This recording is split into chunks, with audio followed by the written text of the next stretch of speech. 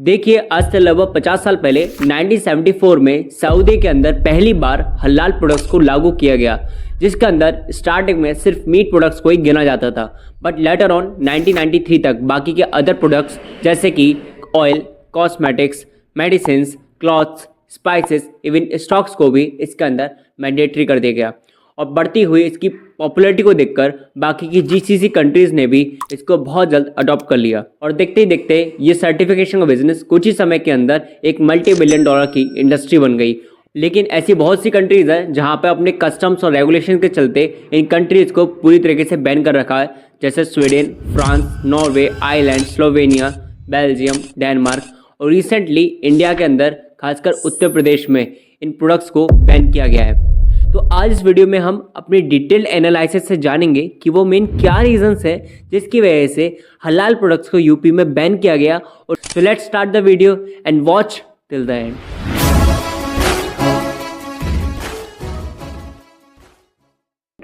Recently 17 नवंबर 2023 को हजरतगंज में रहने वाले भारतीय जनता युवा मोर्चा के एक कार्यकर्ता शैलेंद्र कुमार शर्मा द्वारा इन 4 बड़ी हलाल ऑर्गेनाइजेशंस के अगेंस्ट एक एफआईआर रजिस्टर की जाती है, जिसमें उन्होंने साफ मेंशन किया हुआ है कि किस तरीके से ये हलाल सर्टिफिकेट ऑर्गेनाइजेशंस सर्टिफिकेट के नाम पे इंडियन मार्केट को सैचुरेट करने पे लगी है। इवन सिर्फ सैचुरेट ही नहीं कर रही बल्कि सैचुरेट करने के बाद एक मल्टी बिलियन डॉलर का इंडस्ट्री बना रखी है इसको, और उसी पैसे को जो ये कमा रहे हैं इंडिया से, वही इंडिया के अगेंस्ट एंटी हिंदुइज्म और टेररिस्ट एक्टिविटीज़ में भी लगा रहे हैं। इन सब एलिगेशंस में कितनी सच्चाई है ये हम थ्रू आउट द वीडियो जान लेंगे। सबसे पहले डिफाइन करते हैं कि ये हलाल होता क्या है। बेसिकली हलाल एक अरेबिक शब्द है जिसका सिंपल सा मतलब है परमिशेबल, यानी वो खाना जो इस्लामिक लॉ के अकॉर्डिंग बनाया जाता है। और जनरली हम इस्लाम में देखें तो 4 तरीके का खाना आपको देखने का मिलेगा। पहला होता है हलाल, जो आप खा सकते हो। दूसरा होता है हराम, जो बिल्कुल भी आपको खाना अलाउड नहीं होता। एंड तीसरा होता है मुशबू, जिसमें आप कंफ्यूज होते हो कि ये खाना हलाल है या हराम है। और चौथा होता है मुकरू, यानी वो खाना अगर आपके पास फॉर एग्जांपल हलाल नहीं है तो एज अ ऑप्शन आप उसके बाद इसको चुन सकते हो, यानी जस्ट फॉर सर्वाइवल। यहाँ पर हलाल सर्टिफिकेट अपने कस्टमर्स को 100% अश्योरिटी देते हैं कि यानी कि वो जो खा रहे हैं वो इन 4 कैटेगरी में से सिर्फ और सिर्फ हलाल कैटेगरी में होता है। यानी वो अपने कस्टमर को 100% भरोसा देते हैं कि आप जो खाना खा रहे हो वो 100% परमिशेबल है। तो देखा जाए तो जिन कंट्रीज़ में हलाल प्रोडक्ट्स अलाउड है वहाँ पे मुस्लिम्स इजीली आइडेंटिफाई कर सकते हैं कि उनके लिए क्या परमिशेबल है और क्या नहीं है। लेकिन उन कंट्रीज़ का कहाँ जहाँ पे ये बैन है वहाँ पे ये लोग बाहर से इंपोर्ट कराते हैं। और इंडिया एक one of the major country है जहाँ से हलाल प्रोडक्ट्स को इंपोर्ट किया जाता है। अगर एक डाटा की माने तो हलाल प्रोडक्ट्स का मार्केट साइज आज के टाइम पे लगभग $2 ट्रिलियन का पूरे वर्ल्ड वाइड है, लेकिन उसमें से एक मेजर पार्ट लगभग $100 बिलियन का सिर्फ इंडिया कवर करता है। और इस सब का श्रेय इन 30 से 50 कंपनीज को जाता है जो इंडिया के अंदर बड़े धड़ल्ले से इन सर्टिफिकेट को बांटने का काम कर रही हैं। देखिए, गल्फ कंट्री में आपको सर्टिफिकेट लेने के लिए आपको मल्टीपल वेरिफिकेशंस के प्रोसेस से गुजरना पड़ेगा। इवन वहाँ के सरकार यानी मजिस्ट्रेट के थ्रू आपको ये सर्टिफिकेट दिया जाएगा, वो भी under very strict and high rules and regulations के अंडर, ताकि कोई भी इनका गलत इस्तेमाल करके अपने बेनिफिट के लिए इसका यूज़ ना करे। लेकिन इंडिया में इसके जस्ट अपोजिट होता है, क्योंकि यहाँ पे ये सर्टिफिकेट गवर्नमेंट के थ्रू नहीं बल्कि एक थर्ड पार्टी ऑर्गेनाइजेशंस के थ्रू दिया जाता है। जनरली इंडिया के अंदर एफएसआई का मेन फोकस एग्री प्रोडक्ट्स के ऊपर होता है, क्योंकि as we know India is one of the major agriculture country, जिसकी वजह से ये मेन फोकस सिर्फ एग्री प्रोडक्ट्स को इंपोर्ट एक्सपोर्ट पे ज़्यादा देता है। लेकिन दूसरी तरफ गल्फ कंट्रीज़ में बढ़ती हुई हलाल सर्टिफिकेट की डिमांड को देखकर भारत सरकार को भी इन ऑर्गेनाइजेशंस को कुछ छूट देनी पड़ी, ताकि ये कुछ नॉर्म्स और रेगुलेशंस के अंडर बाकी अदर कंपनीज़ को इन सर्टिफिकेशन को डिस्ट्रीब्यूट कर सकें। इंडिया में इसको लेकर स्ट्रिक्ट रेगुलेशंस ना होने की वजह से ये कुछ ऑर्गेनाइजेशंस इसका गलत फ़ायदा उठाती हैं और फोर्स डॉक्यूमेंट्स के ऊपर भी लोगों को सर्टिफिकेट जारी कर देती हैं। इसी वजह से सरकार ने इन थर्ड पार्टी ऑर्गेनाइजेशंस के ऊपर लगाम लगाने के लिए 1998 में एक सेपरेट NABCB यानी national accreditation board of certification body institution को फॉर्म किया। NABCB बेसिकली एक autonomous self decision making institute है जिसको इस्टेब्लिश करने का मेन रीज़न था जितनी भी सर्टिफिकेशन बॉडीज़ हैं, इंस्पेक्शन बॉडीज़ हैं या वैलिडिटी एंड वेरिफिकेशन बॉडीज़ हैं, उनको समय समय पर इंटरनेशनल स्टैंडर्ड्स एंड गाइडलाइंस के अकॉर्डिंग चेक करना। बट डिसेंट्रलाइज होने की वजह से ये जो NABCB है और QIC है वो भी इन कंपनीज़ के ऊपर ज़्यादा लगाम नहीं लगा पाई, और इन कंपनीज़ ने ज़्यादा लालच के चक्कर में, ज़्यादा प्रॉफिट कमाने के चक्कर में बाहर तो अपना माल बेचते ही बेचते थे, इवन इंडिया मार्केट के अंदर भी अपने प्रोडक्ट्स को फ्लड करना शुरू कर दिया, जो ऑफिशियली कहीं पर भी मैंडेटरी नहीं है। वहाँ पर इसको जानबूझ के लगा के मार्केट में बेचा जा रहा है ताकि एक पर्टिकुलर कम्युनिटी को ज़्यादा सारा टारगेट किया जा सके। लेकिन मौका रहते यूपी गवर्नमेंट ने बहुत स्मार्टली इस सिचुएशन को टैकल करने के लिए एक बहुत अच्छा सॉल्यूशन निकाला। उन्होंने इंस्टेंटली जितने भी इंडियन मार्केट के अंदर हलाल सर्टिफाइड प्रोडक्ट्स स्प्रेड हो चुके थे उन सबको सीज कर दिया, और जितने भी एक्सपोर्ट करने के लिए अलग से रखे थे उनको अभी भी अलाउड कर दिया है। यानी बहुत लोगों को पता ही नहीं है कि जो प्रोडक्ट्स बाहर एक्सपोर्ट होने के लिए वो अभी भी अलाउड है।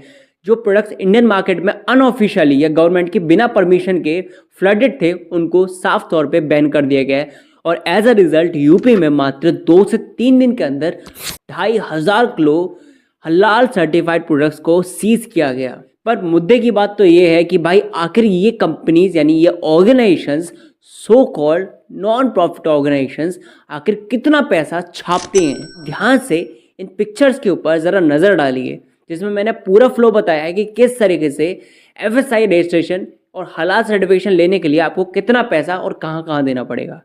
जनरली इंडिया के अंदर FSI रजिस्ट्रेशन के लिए आपको बेसिक रजिस्ट्रेशन 100 रुपये, स्टेट लाइसेंस 2 से 5,000, सेंट्रल लाइसेंस 7.5 प्लस 28% GST और रिन्यूअल फीस जो ऊपर दी है सेम वही आपको देनी पड़ती है हर साल।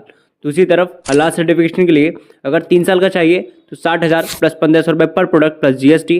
Then new registration for 1 year 25,000 रुपये प्लस 500 रुपये पर प्रोडक्ट प्लस GST। हलाल लोगो प्रिंटिंग के लिए 20,000 रुपये plus GST। Renewal fees for 3 years 50,000 रुपये प्लस 1,000 रुपये plus GST। Renewal fees for 1 year 20,000 रुपये प्लस 500 रुपये पर product plus GST। And consignment charges for meat products it will be 800 रुपये पर container, and for non meat products it will be 1,000 पर container.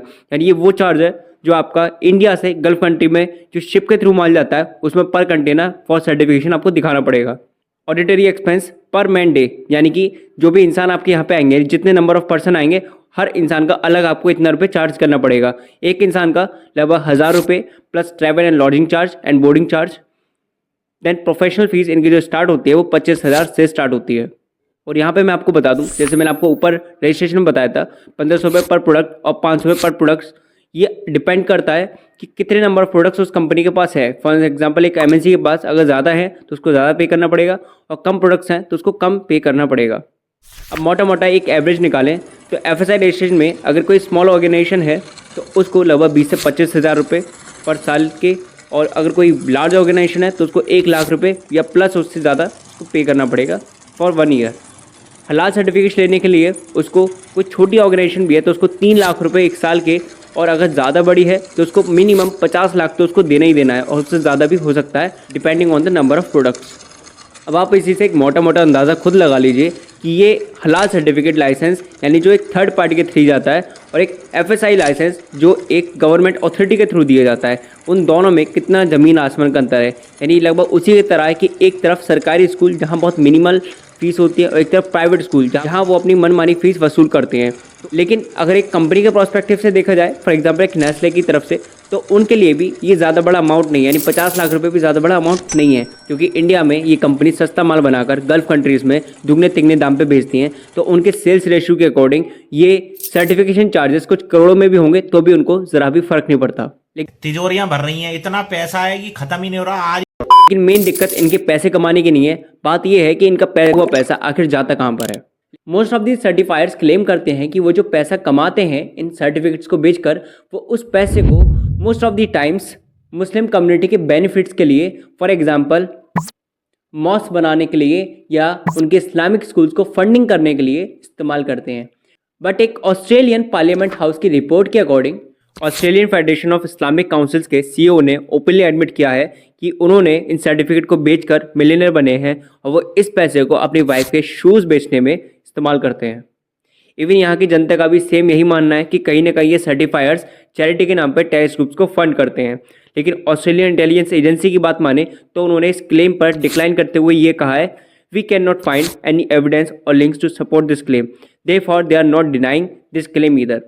लेकिन वो इनके क्लेम्स को डिनाई भी नहीं करते, क्योंकि वो भी जानते हैं अच्छे से कि इनका जो तरीका है पैसा भेजने का ये बहुत अनट्रेसेबल हो जाता है, क्योंकि वहाँ की एजेंसी भी अच्छे जानती है कि जिस तरीके से पैसा ट्रांसफ़र किया जाता है इन टेररिस्ट ग्रुप्स को ये अनट्रेसेबल होता है।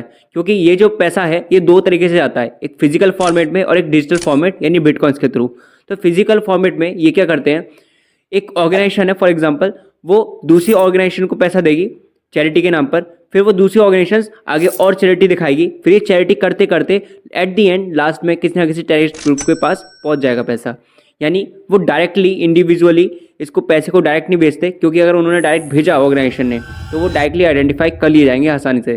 तो वो मल्टीपल शेल ऑर्गेनाइजेशंस के थ्रू इसको भेजते हैं। और बॉर्डर पर हो रहे इस फाइनेंशियल वेब की वजह से बहुत सारी गवर्नमेंट और अथॉरिटीज़ ईजिली इसको ट्रेस नहीं कर पाती, और इसलिए इनको कोई सबूत ना मिलने की वजह से इनको लीगलाइज करना पड़ता है। अगर हम अमेरिका की डेली गार्डियन की रिपोर्ट माने तो 2012 से ही ये ऑर्गेनाइजेशंस इन ग्रुप्स को फंडिंग कर रही है। इवन मिडल ईस्ट फॉर्म एक अमेरिकन नॉन प्रॉफिटेबल ऑर्गेनाइजेशन है जिसका मेन पर्पस होता है इन टेररिस्ट एक्टिविटीज़ को रोकना।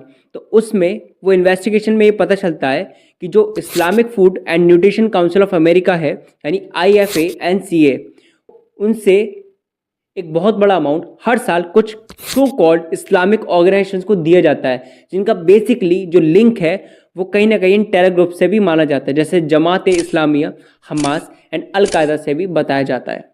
सिमिलरली इंडिया में भी इन ऑर्गेनाइजेशंस के लिंक्स ISIS से बताए जाते हैं, क्योंकि मोस्ट ऑफ दी उन कंट्रीज़ में इसके साथ डील होते हैं जहाँ पे ISIS का ऑलरेडी एक प्री बिल्ट नेटवर्क होता है। तो कहीं ना कहीं कुछ टेररिस्ट ग्रुप्स कुछ शेल कंपनीज बनाकर इन ऑर्गेनाइजेशंस के थ्रू अपने फॉल्स डॉक्यूमेंट्स पर लीगल अथॉरिटी लेके सर्टिफिकेट लेके बाकी कंट्रीज से बिजनेस के नाम पे फंडिंग लेते हैं और अपनी टेररिस्ट एक्टिविटीज़ को कंटिन्यू करते हैं। तो बहुत सारे एलिगेशन इनके ऊपर लगाए गए हैं, सिर्फ पहली बार नहीं बहुत बार FIR की आ चुकी हैं इनके ऊपर, लेकिन अभी तक कोई एग्जैक्ट पुख्ता सबूत नहीं मिला इनके खिलाफ। यानी कि जितनी भी बातें अभी तक कही हैं उनको 100% लीगलाइज नहीं कहा गया है किसी भी गवर्नमेंट के थ्रू, लेकिन कहीं ना कहीं सारी कंट्रीज जानती हैं और इसलिए मोस्ट ऑफ द कंट्रीज़ में ये बैन है, और बहुत सारी कंपनीज़ ने इनके अगेंस्ट बहुत सारे स्ट्रिक्ट रेगुलेशंस भी लगा रखे हैं। तो आशा करता हूँ ये वीडियो आपको अच्छी लगी हो, अच्छे से डिटेल में समझ में आई होगी, मुझे कमेंट करके जरूर बताइएगा। और अगर आप जानना चाहते हो कि कैसे एटॉमिक बॉम्ब क्रिएट हुआ और कैसे उसके पीछे की जर्नी रही है, तो आप मेरी इस वीडियो को देख सकते हो। Yes, I'm on my, I'm so, yes, I am so, I'm on my, I'm on my.